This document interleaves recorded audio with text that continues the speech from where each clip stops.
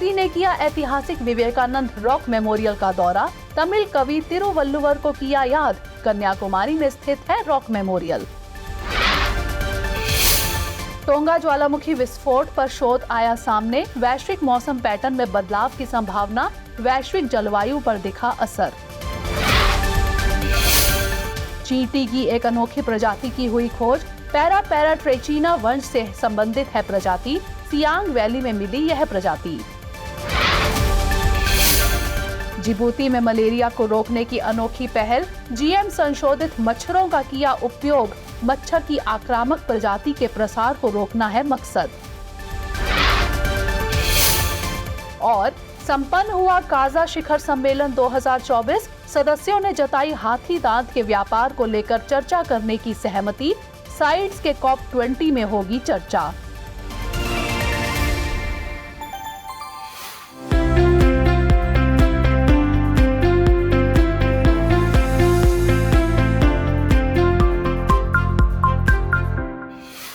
हाल ही में प्रधानमंत्री नरेंद्र मोदी ने कन्याकुमारी स्थित विवेकानंद रॉक मेमोरियल का दौरा किया।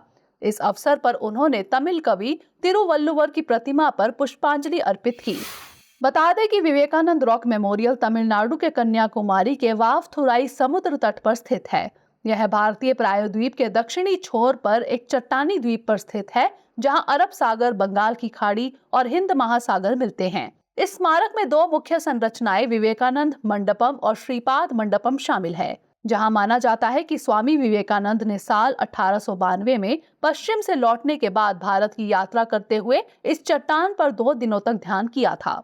गौरतलब है कि विवेकानंद रॉक मेमोरियल समिति के संस्थापक एकनाथ राणा डे ने चट्टान पर एक स्मारक बनाने का विचार दिया था। वहीं इसकी आधारशिला साल 1964 में भारतीय तत्कालीन राष्ट्रपति सर्वपल्ली राधाकृष्णन द्वारा रखी गई, जबकि इसका उद्घाटन 1970 में तत्कालीन राष्ट्रपति वीवी गिरी द्वारा किया गया था।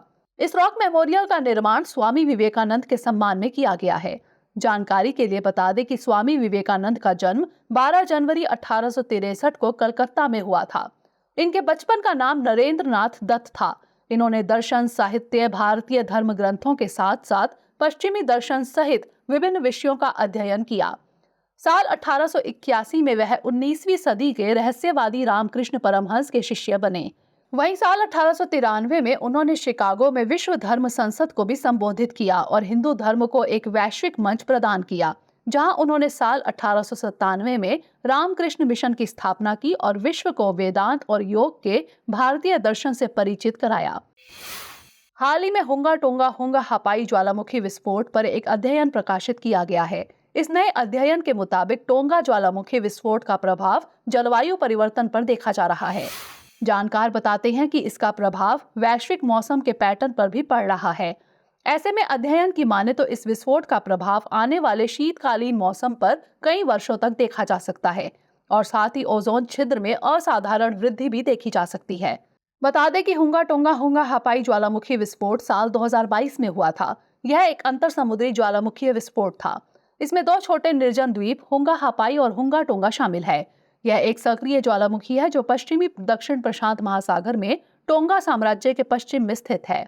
वहीं यह प्रशांत रिंग ऑफ फायर पर भी स्थित है।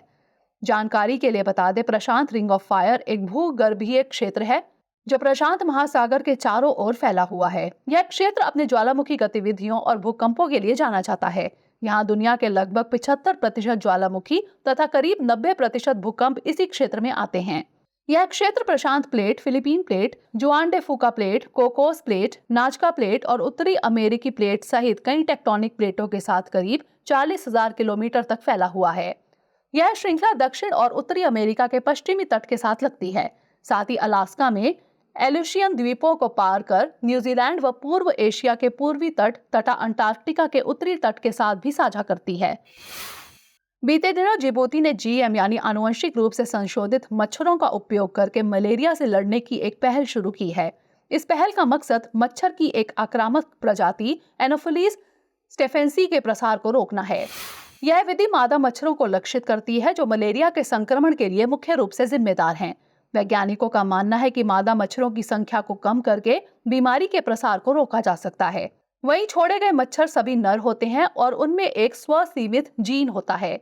जब वे मादा एनोफिलीज स्टेफेंसी मच्छरों के साथ सहवास करते हैं तो मादा संतानों में यह जीन विरासत में मिलता है, जिसके कारण वे वयस्क होने तक जीवित नहीं रह पाते। बता दें कि जीएम मच्छरों को प्रयोगशाला में 2 जीनों के साथ विकसित किया जाता है, जिसमें पहला स्वसीमित जीन मादा संतानों को वयस्कता तक जीवित रहने से रोकता है और दूसरा फ्लोरोसेंट मार्कर जीन वनों में उनकी पहचान करता है। जीएम मच्छरों को मादा एनोफिलीज स्टेफेंसी मच्छरों की संख्या को कम करने के लिए तैयार किया गया है। जानकारी के लिए बता दें कि मलेरिया एक वेक्टर जनित बीमारी है जो प्लाज्मोडियम परजीवी के कारण होता है। यह जो संक्रमित मादा एनोफिलीज मच्छर के काटने से फैलती है। इसके लक्षणों में बुखार, ठंड लगना, सिर दर्द व थकान शामिल होते हैं। वहीं गंभीर मामलों में अंग विफलता, कोमा तथा मृत्यु तक हो सकती है। भारत वेक्टर जनित बीमारियों, विशेष तौर पर मलेरिया को नियंत्रित करने के लिए कई पहल कर रहा है। इन प्रयासों में राष्ट्रीय वेक्टर जनित रोग नियंत्रण कार्यक्रम, राष्ट्रीय मलेरिया नियंत्रण कार्यक्रम, मलेरिया उन्मूलन के लिए राष्ट्रीय रूपरेखा शामिल है। हाल ही में CSIR ने अनुदैर्ध्य स्वास्थ्य निगरानी परियोजना फेनोम इंडिया के पहले चरण का समापन किया। इस अवसर पर गोवा के राष्ट्रीय समुद्र विज्ञान संस्थान में एक विशेष कार्यक्रम फेनोम इंडिया अनबॉक्सिंग 1.0 का आयोजन किया गया था। इसमें बताया गया कि कार्डियो मेटाबॉलिक बीमारी, विशेष रूप से मधुमेह, लिवर रोग और हृदय रोगों के लिए एक बेहतर पूर्वानुमान मॉडल बनाया जा रहा है। बता दें कि फेनोम इंडिया CSIR स्वास्थ्य समूह ज्ञान कोश वैज्ञानिक और औद्योगिक अनुसंधान परिषद की एक पहल है। इसे 7 दिसंबर 2023 को लॉन्च किया गया था। इसका उद्देश्य गैर संचारी यानी कार्डियो मेटाबॉलिक रोगों के जोखिम कारकों का आकलन करना है। इस अनूठी पहल में लगभग 10,000 प्रतिभागियों को नामांकित किया गया है। इन प्रतिभागियों में 17 राज्यों और 24 शहरों के CSIR कर्मचारी, पेंशन भोगी और उनके पति या पत्नी शामिल है। एकत्र किए गए डेटा में नैदानिक प्रश्नावली, जीवन शैली और आहार संबंधी आदतें जैसे पैरामीटर शामिल हैं। साथ ही मानव शास्त्रीय माप, स्कैनिंग डेटा और जैव रासायनिक और आणविक डेटा भी शामिल है। इस परियोजना के द्वारा CSIR भारतीय फेनोटाइपिक और आनुवंशिक प्रोफाइल के अनुरूप पूर्वानुमानित व्यक्तिगत भागीदारी और निवारक स्वास्थ्य सेवा को बढ़ावा दे रहा है। जानकारी के लिए बता दें कि CSIR यानी वैज्ञानिक और औद्योगिक अनुसंधान परिषद भारत की सबसे बड़ी और प्रमुख अनुसंधान एवं विकास संगठन है। इसकी स्थापना साल 1942 में की गई थी। इसका मुख्यालय नई दिल्ली में स्थित है। यह भारत के विकास में विभिन्न वैज्ञानिक और औद्योगिक अनुसंधानों के माध्यम से महत्वपूर्ण भूमिका निभाता है। हाल ही में शोधकर्ताओं ने चींटी की एक अनोखी प्रजाति की खोज की है। इसकी खोज अरुणाचल प्रदेश के सियांग वैली में की है। यह नई प्रजाति दुर्लभ वंश पैरापैरा ट्रेचिना से संबंधित है। शोधकर्ताओं ने इसका नाम पैरापैरा ट्रेचिना नीली रखा है। इसकी खोज चींटी विविधता की समृद्धि में योगदान देती है और पूर्वी हिमालय की अनूठी जैव विविधता को दर्शाती है। बता दें कि पैरापैरा ट्रेचिना नीली एक छोटी चींटी है। इसकी कुल लंबाई 2 मिलीमीटर से भी कम होती है। इसका शरीर मुख्य रूप से धात्विक नीला होता है, खासकर एंटीना, जबड़े और पैरों को छोड़कर। वहीं सिर बड़ी आंखों के साथ त्रिकोणीय होता है और इसमें 5 दांतों वाला एक त्रिकोणीय मुख भाग जबड़ा होता है। इस प्रजाति का अनोखा धात्विक नीला रंग चींटी की अन्य प्रजातियों से इसे अलग बनाता है। वहीं शोधकर्ताओं का मानना है कि जानवरों के किंगडम में नीला रंग अपेक्षाकृत दुर्लभ होता है।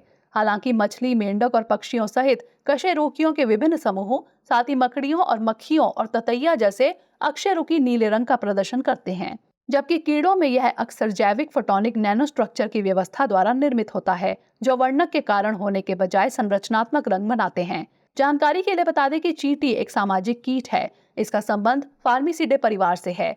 यह अपने अद्वितीय व्यवहार और जीवन शैली के लिए जानी जाती है, जो पर्यावरण में महत्वपूर्ण भूमिका निभाती है। यह एक संगठित कॉलोनियों में रहती हैं, जहाँ विभिन्न प्रकार की चींटियां होती हैं। इनमें रानी चींटी कॉलोनी की सबसे बड़ी और प्रमुख सदस्य होती है, जिसका मुख्य कार्य अंडे देना होता है। तो वहीं श्रमिक चींटियां अविकसित मादा चींटियां होती हैं, जिनका मुख्य कार्य भोजन लाना, घोंसला बनाना और रानी तथा लार्वा की देखभाल करना होता है।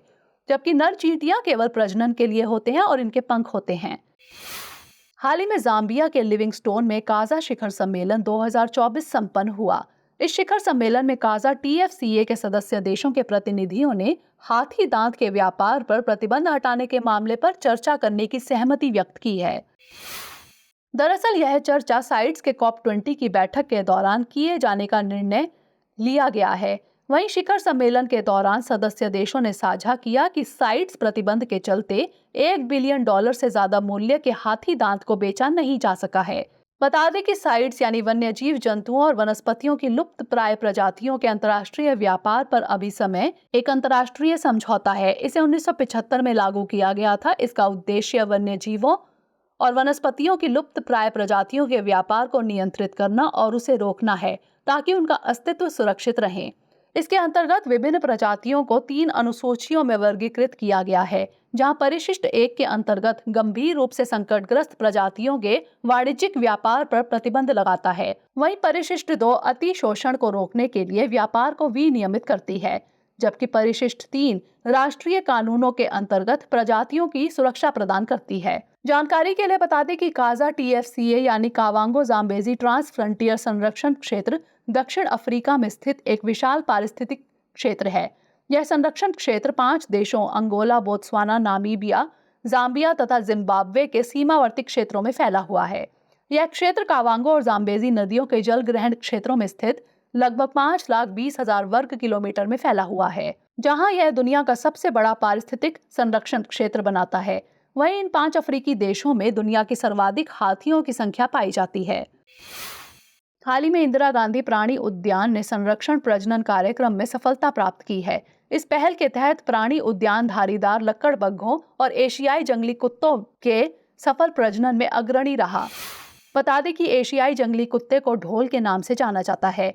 यह कैनिडे फैमिली एवं मैमेलिया वर्ग का सदस्य है। प्राकृतिक रूप से यह प्रजाति दक्षिणी रूस से दक्षिण पूर्व एशिया में पाई जाती है। वहीं भारत में यह प्रजाति पश्चिमी और पूर्वी घाट, मध्य और पूर्वोत्तर भारत में पाई जाती है। इसे वन्यजीव संरक्षण अधिनियम 1972 की अनुसूची 2 तथा IUCN की रेड लिस्ट में एंडेंजर्ड सूची के तहत संरक्षित किया गया है, जबकि इसे साइट्स परिशिष्ट 2 के तहत संरक्षण प्राप्त है। वहीं धारीदार लक्कड़बग्घा यानी हाइना लक्कड़बग्घों की 3 प्रजातियों में से एक है। ये प्रसिद्ध चित्तीदार लक्कड़बग्घे की तुलना में आकार में छोटे और अल्प सामाजिक होते हैं। इसे IUCN की रेड सूची में नियर थ्रेटन्ड तथा वन्यजीव संरक्षण अधिनियम 1972 की अनुसूची 1 के तहत संरक्षण प्राप्त है। जानकारी के लिए बता दें कि इंदिरा गांधी प्राणी उद्यान की स्थापना साल 1977 में की गई थी। यह आंध्र प्रदेश के विशाखापत्तनम शहर में स्थित है। यह 3 और पूर्वी घाट से तथा चौथी तरफ बंगाल की खाड़ी से घिरा हुआ है। यह उद्यान वन्यजीव संरक्षण और शिक्षा के क्षेत्र में महत्वपूर्ण भूमिका निभाता है। यहाँ पर वन्यजीवों की देखभाल और संरक्षण के लिए कई कार्यक्रम चलाए जाते हैं। इसे केंद्रीय चिड़ियाघर प्राधिकरण द्वारा एक विस्तृत चिड़ियाघर की मान्यता भी दी गई है, जहाँ यह धारीदार लक्कड़बग्घे, जंगली कुत्ते, Indian grey wolf, ring tailed lemur, भारतीय बाइसन के साथ कई अन्य प्रजातियों का सफलतापूर्वक प्रजनन किया है। हाल ही में ILO यानी अंतर्राष्ट्रीय श्रम संगठन ने सार्वभौमिक सामाजिक सुरक्षा पर एक अध्ययन प्रकाशित किया है। इस अध्ययन के मुताबिक निम्न और मध्यम आय वाले देशों के लिए प्रतिवर्ष $1.4 ट्रिलियन अतिरिक्त सार्वभौमिक सामाजिक सुरक्षा की आवश्यकता होगी। वहीं क्षेत्रीय विश्लेषण के आधार पर सार्वभौमिक सामाजिक सुरक्षा कवरेज प्राप्त करने में अफ्रीका को सबसे बड़ी चुनौती का सामना करना पड़ रहा है, जहां वित्त पोषण अंतराल क्षेत्र के वार्षिक सकल घरेलू उत्पाद का 17.6% है। इसके बाद निम्न एवं मध्यम आय वाले देश अरब राज्य 11.4%, लैटिन अमेरिका और कैरिबियन 2.7%, एशिया और प्रशांत 2% और यूरोप और मध्य एशिया 1.9% का स्थान है। सभी निम्न और मध्यम आय वाले देशों के बीच सूडान में वित्त पोषण की कमी सबसे अधिक है। इस कमी को सूडान में चल रहे संघर्ष, बीमारी का प्रकोप, आर्थिक और राजनीतिक उथल-पुथल और जलवायु संकट को माना जा रहा है। बता दें कि अध्ययन का उद्देश्य सामाजिक सुरक्षा के लिए सार्वभौमिक कवरेज प्राप्त करने के लिए वित्त पोषण अंतर का एक नया अनुमान प्रदान करना है। यह अनुमान 133 निम्न और मध्यम आय वाले देशों को शामिल करता है। इसमें बच्चों, गंभीर विकलांग व्यक्तियों, नवजात शिशुओं की माताओं, वृद्ध व्यक्तियों और बेरोजगारों के लिए 5 आय सुरक्षा गारंटी शामिल है। अनुमान बताते हैं कि निम्न और मध्यम आय वाले देशों के लिए सामाजिक सुरक्षा के सार्वभौमिक कवरेज को प्राप्त करने के लिए वित्त पोषण अंतर सालाना सकल घरेलू उत्पाद का 3.3% है। जानकारी के लिए बता दें कि अंतर्राष्ट्रीय श्रम संगठन संयुक्त राष्ट्र की एक विशेष एजेंसी है। इसकी स्थापना 1919 में की गई थी और इसका मुख्यालय जिनेवा, स्विट्जरलैंड में स्थित है। वहीं इसका उद्देश्य श्रमिकों के लिए गरिमापूर्ण और उत्पादक रोजगार के अवसर उपलब्ध कराना है। साथ ही श्रमिक अधिकारों की सुरक्षा और सामाजिक सुरक्षा उपायों का विस्तार करना भी है। हाल ही में घोषणा की गई कि भारत IATA यानी इंटरनेशनल एयर ट्रांसपोर्ट एसोसिएशन की 81वीं वार्षिक आम बैठक की मेजबानी करेगा। यह निर्णय दुबई में आयोजित 80वीं IATA की वार्षिक आम बैठक में लिया गया। भारत में इसका आयोजन 2025 में नई दिल्ली में 8 से 10 जून तक किया जाएगा। इसकी मेजबान एयरलाइन इंडिगो होगी। वहीं यह आयोजन वैश्विक विमानन मुद्दों पर चर्चा करने के लिए वैश्विक एयरलाइंस, विमान निर्माताओं और विमानन हितधारकों के शीर्ष अधिकारियों को एक साथ लाएगा। गौरतलब है कि भारत दुनिया का तीसरा सबसे बड़ा विमानन बाजार बनने की ओर अग्रसर है। यह अपने प्रभावशाली विकास, रिकॉर्ड विमान ऑर्डर और विश्व स्तरीय बुनियादी ढांचे के विकास का प्रदर्शन करेगा। साथ ही वैश्विक विमानन के क्षेत्र में हुई उल्लेखनीय वृद्धि को भी साझा करेगा। बता दें कि इंटरनेशनल एयर ट्रांसपोर्ट एसोसिएशन एक वैश्विक व्यापार संघ है जो हवाई परिवहन उद्योग का प्रतिनिधित्व करता है। इसकी स्थापना 1945 में की गई थी। इसका मुख्यालय मॉन्ट्रियल, कनाडा में स्थित है। वहीं इसका उद्देश्य वायु परिवहन को सुरक्षित, नियमित और किफायती बनाना है। वर्तमान में करीब 330 एयरलाइंस, जो वैश्विक हवाई यातायात का 80% से अधिक हिस्सा है, इसके सदस्य हैं। यह विभिन्न प्रकार के उड़ान मानकों और प्रक्रियाओं का निर्धारण करता है जो अंतर्राष्ट्रीय हवाई यातायात को सुरक्षित और कुशल बनाने में मदद करते हैं। जानकारी के लिए बता दें कि इंटरनेशनल एयर ट्रांसपोर्ट एसोसिएशन की वार्षिक आम बैठक हर साल जून में आयोजित की जाती है, जो उद्योग और सार्वजनिक नीति के मुद्दों पर उद्योग की स्थिति को औपचारिक रूप देता है और साथ ही उभरते उद्योग मुद्दों पर ध्यान केंद्रित करता है। खबरों के बाद अब बुलेटिन से जुड़े 5 सवालों पर डालते हैं एक नजर। आज के बुलेटिन पर आधारित 5 प्रश्न इस प्रकार हैं। पहला प्रश्न है, विवेकानंद रॉक मेमोरियल के संदर्भ में निम्नलिखित कथनों पर विचार कीजिए। 1. इसकी आधारशिला 1964 में तत्कालीन राष्ट्रपति VV गिरि ने रखी थी। 2. इसका उद्घाटन 1970 में तत्कालीन राष्ट्रपति सर्वपल्ली राधाकृष्णन ने किया था।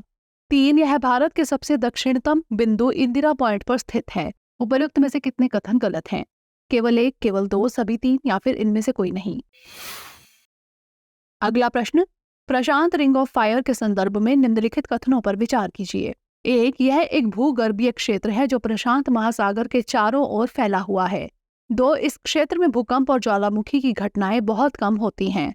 3. इसी पर टोंगा हुंगा हपाई ज्वालामुखी क्षेत्र स्थित है। उपर्युक्त में से कितने कथन सही हैं? केवल 1, केवल 2, सभी 3 या फिर इनमें से कोई नहीं। अगला प्रश्न, मलेरिया के संदर्भ में निम्नलिखित कथनों पर विचार कीजिए। 1. यह एक वेक्टर जनित बीमारी है। 2. प्लाज्मोडियम परजीवी इसका प्रमुख कारक है। 3. इसका प्रसार संक्रमित नर एनोफिलीज मच्छर के काटने से होता है। उपर्युक्त में से कितने कथन गलत हैं? केवल 1, केवल 2, सभी 3 या फिर इनमें से कोई नहीं। अगला प्रश्न, इंदिरा गांधी प्राणी उद्यान के संदर्भ में निम्नलिखित कथनों पर विचार कीजिए। 1. इसकी स्थापना साल 1977 में की गई थी। 2. यह तमिलनाडु, चेन्नई में स्थित है। 3. यह उद्यान वन्यजीव संरक्षण और शिक्षा के क्षेत्र में महत्वपूर्ण भूमिका निभाता है। उपर्युक्त में से कितने कथन सही हैं? केवल 1, केवल 2, सभी 3 या फिर इनमें से कोई नहीं। अंतिम प्रश्न, अंतर्राष्ट्रीय श्रम संगठन के संदर्भ में निम्नलिखित कथनों पर विचार कीजिए। 1. यह विश्व बैंक की एक विशेष एजेंसी है। 2. इसकी स्थापना 1919 में की गई थी। 3. इसका मुख्यालय जिनेवा में स्थित है। उपर्युक्त में से कितने कथन सही हैं? केवल 1, केवल 2, सभी 3 या फिर इनमें से कोई नहीं। चलते चलते डालते हैं कुछ छोटी मगर जरूरी खबरों पर नजर। हाल ही में प्रधानमंत्री नरेंद्र मोदी ने विश्व पर्यावरण दिवस के अवसर पर एक पेड़ मां के नाम अभियान की शुरुआत की है। बता दें कि विश्व पर्यावरण दिवस 5 जून को मनाया जाता है। यह दिवस मानव पर्यावरण पर 1972 के स्टॉकहोम सम्मेलन की शुरुआत की याद में मनाया जाता है। इस साल की थीम भूमि पुनरुद्धार, मरुस्थलीकरण और सूखे से निपटने की क्षमता है, जो भूमि संसाधनों को बहाल करने और संरक्षित करने की तत्काल आवश्यकता पर केंद्रित है। गौरतलब है कि पहली बार विश्व पर्यावरण दिवस 1973 में मनाया गया था। हालिया वाणिज्य मंत्रालय के आंकड़ों के मुताबिक 2023-24 के दौरान नीदरलैंड, अमेरिका और UAE के बाद भारत का तीसरा सबसे बड़ा निर्यात गंतव्य बनकर उभरा है, जबकि देश के माल शिपमेंट में 3% से अधिक की गिरावट आई है। वहीं पिछले वित्त वर्ष में नीदरलैंड में जिन मुख्य वस्तुओं के निर्यात में अच्छी वृद्धि दर्ज की गई, उनमें पेट्रोलियम उत्पाद, इलेक्ट्रिकल सामान, रसायन और फार्मास्यूटिकल्स शामिल है। बता दें कि नीदरलैंड उत्तर पश्चिमी यूरोप में स्थित है।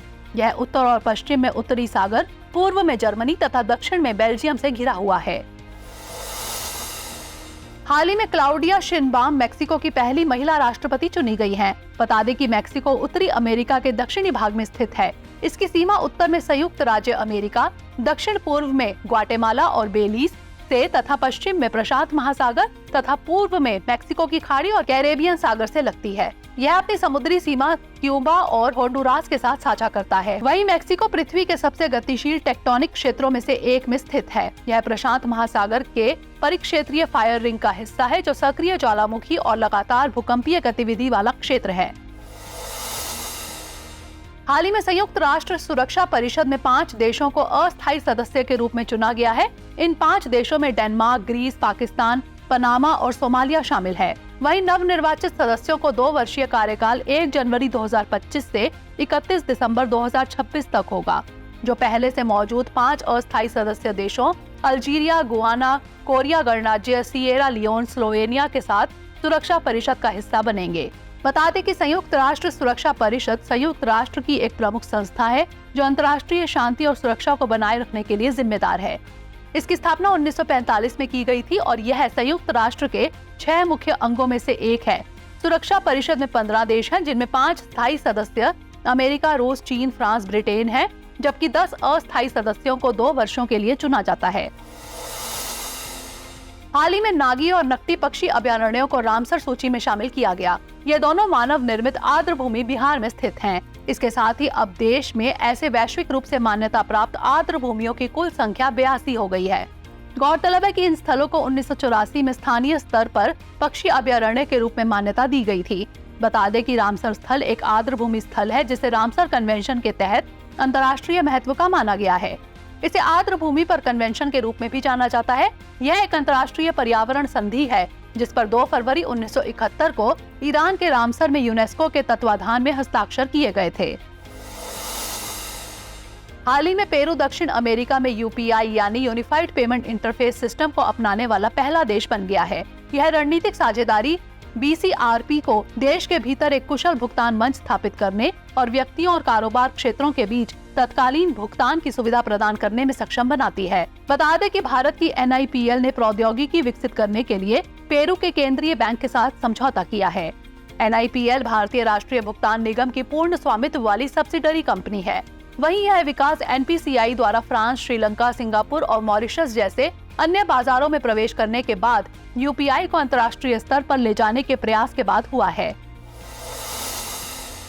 हाल ही में इलेक्ट्रॉनिक्स एवं सूचना प्रौद्योगिकी मंत्रालय ने स्वदेशी वायु गुणवत्ता निगरानी प्रणाली का उद्घाटन किया और साथ ही एक एयर प्रवाह ऐप लॉन्च किया। इसे मेक इन इंडिया के तहत विकसित किया गया है, जिसमें पर्यावरण प्रदूषकों की निगरानी के लिए एक बाहरी वायु गुणवत्ता निगरानी प्रणाली बनाई गई है। इसमें निरंतर वायु गुणवत्ता निगरानी के लिए PM 1.0, PM 2.5, PM 10, SO2, NO2, O3, CO, CO2, तापमान, आर्द्रता आदि जैसे पैरामीटर शामिल हैं। वहीं स्वदेशी प्रणाली में real time air quality index monitoring के लिए एयर प्रवाह मोबाइल एप्लीकेशन है, जो त्वरित setup, real time data visualisation, unit रूपांतरण, मल्टी डिवाइस सपोर्ट, डेटा विश्लेषण उपकरण, रिमोट मॉनिटरिंग और स्वचालित अपडेट प्रदान करता है। हाल ही में क्वाक्वेरेली साइमंड्स ने QS वर्ल्ड यूनिवर्सिटी रैंकिंग 2025 जारी की है। इस रैंकिंग में मैसाचुसेट्स इंस्टीट्यूट ऑफ टेक्नोलॉजी लगातार 13वीं बार शीर्ष स्थान पर है। वहीं यूनाइटेड किंगडम का इंपीरियल कॉलेज लंदन ने दूसरा स्थान हासिल किया है, जबकि ऑक्सफोर्ड विश्वविद्यालय ने तीसरा और हार्वर्ड विश्वविद्यालय ने चौथा स्थान हासिल किया है। वहीं IIT बॉम्बे ने इस साल 118वीं रैंक प्राप्त कर भारत का उच्च रैंक वाला संस्थान बन गया है। साथ ही IIT दिल्ली ने अपनी सर्वोच्च रैंकिंग हासिल करके विश्व के शीर्ष 150 विश्वविद्यालयों की सूची में जगह बनाई है। इस रैंकिंग के संस्करण में भारत के 46 विश्वविद्यालय शामिल हुए हैं। प्रिय व्यूअर्स, हमारी टीम कोशिश करती है कि आपको दी गई खबरों में एक भी गलती ना हो, लेकिन यदि किसी सोर्स या ह्यूमन एरर की वजह से ऐसी गलती हो जाती है तो इस वीडियो के कमेंट बॉक्स में उस गलती को सुधार कर पिन कर दिया जाता है। यह आपको कमेंट बॉक्स में सबसे ऊपर दिखाई देता है। डियर व्यूअर्स, अपने एग्जाम की तैयारी को और बेहतर करने के लिए हमारे चैनल को लाइक, शेयर और सब्सक्राइब करना न भूलें।